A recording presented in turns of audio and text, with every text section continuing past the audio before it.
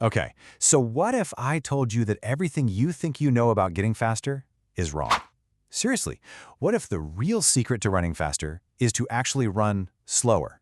Yeah, I know it sounds completely backwards, but we're about to dive into the science that proves why this paradox is the absolute key to unlocking your true potential. For as long as we can remember, right, we've been told that to get faster, you have to push harder, all the time. Fast equals fast. But here's the thing. The real secret, the one that elite athletes and the best coaches have known for years, is the exact opposite. It's not about grinding yourself into the ground every day. The real secret for speed is learning to embrace the slow. And that means we have to start by completely demolishing the biggest myth in all of fitness. Yep, no pain, no gain. Forget about it. That mantra, that idea, it's probably the very thing that's holding you back, keeping you stuck in a trap you might not even know you're in. We call it the gray zone trap, and you probably know the feeling. It's when you're putting in the effort, you're sweating, you're breathing hard, but you're just not seeing the results you want. You feel like you're working hard, but your times just aren't getting any better. So what's going on? It's because you're accumulating what are called junk miles. Think about it. This is effort that's too fast to let your body properly recover and build its endurance engine, but it's also way too slow to actually develop your top-end speed. You're just getting tired. You're building fatigue, not fitness. It's the worst of both worlds. And get this. Take a look. This is how most of us train. A massive 70% of our time is spent stuck right in the middle, in that useless gray zone. We do a tiny bit of actually easy work, a tiny bit of actually hard work, and then a whole lot of, well, junk. Does this chart look a little too familiar? If it does, don't worry, because you're about to learn how to fix it for good. The solution, and this is where it gets really cool, is to understand your body not as just one simple engine, but as a super sophisticated hybrid engine. And once you get this concept, everything else just clicks into place. Okay, so let's meet the hero of our story, Zone 2. People call it the magic zone for a reason. This is a low-intensity effort, right around 60 to 70% of your max heart rate. It feels conversational. I mean, it honestly feels almost too easy. But this isn't lazy training. This is where the magic happens. This is where you build your aerobic base, which is the foundation for all your endurance. So here's why it works. Your body basically has two different fuel tanks. When you go hard, up in zones 4 and 5, you're burning carbohydrates. Think of that as your high-octane gas tank.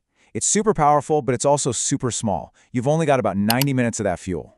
But when you train in zone 2, you teach your body to get really good at using its other fuel source, fat. This is like a candle. It burns slow and steady, and it's pretty much unlimited. You have days' worth of this fuel on you right now. So this is the whole point right here. The more time you spend in zone 2, the better your body gets at burning fat for fuel, even when you start to speed up.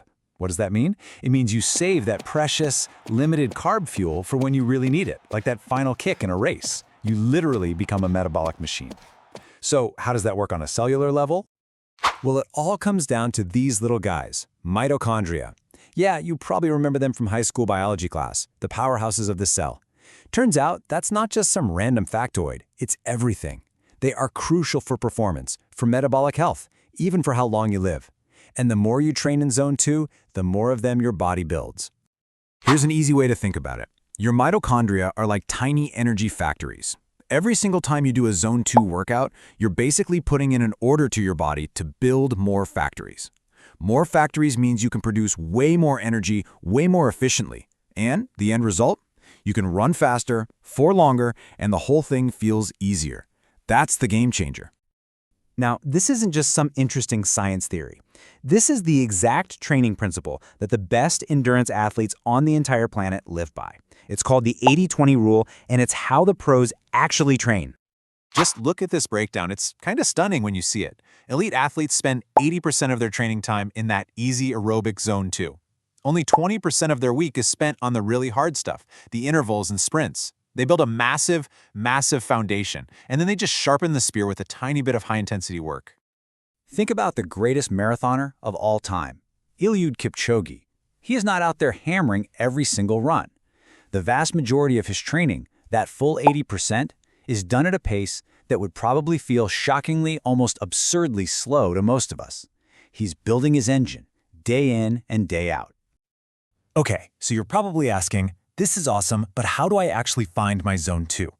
Well, the good news is, it's way simpler than you think. There are 2 super easy methods you can use to get started on your very next run. First up, the simplest one, and it requires zero technology. It's the talk test. While you're running, just try to say a full sentence out loud. If you can speak comfortably without gasping for air, boom, you're in zone 2. If you're struggling and huffing and puffing to get the words out, you're going too fast. It really is that easy. Now, for those of you who like a little more data and maybe use a heart rate monitor, there's the MAF formula. It's a beautifully simple calculation. You just take the number 180 and subtract your age. That number gives you your maximum aerobic heart rate. The goal is to just keep your heart rate at or below that number for your whole workout. Let's run a quick example, just to make it crystal clear. So, for a 30-year-old runner, you take 180, you subtract 30, and that gives you 150. That means for that runner, all of their Zone 2 training should be done keeping their heart rate at or below 150 beats per minute. Simple, clear, and super effective. Okay, you now have the why and you have the how. The only thing left is for you to prove it to yourself. So right now, I'm issuing you a challenge, a 30-day challenge for you to put this whole paradox to the test and see the results with your own 2 eyes. Here's the plan. It's 3 simple steps. First, for the next 30 days, you're going to commit to spending 80% of your run time in Zone 2. Step 2, and this might be the hardest part, you have to leave your ego at home. It is going to feel way too slow at first. People might even pass you. You have to trust the process. And then, step 3, just watch what happens. You will start to see your pace get faster naturally, all while your heart rate stays just as low. That is the proof that your engine is getting bigger and stronger. So the only question left is, are you ready to unlock your potential? Are you ready to finally run faster by running slower? If you enjoyed this breakdown and you want more explainers that cut through the noise on fitness, tech, and science, make sure you hit that subscribe button. We'd love to have you along for the ride. Thanks for watching.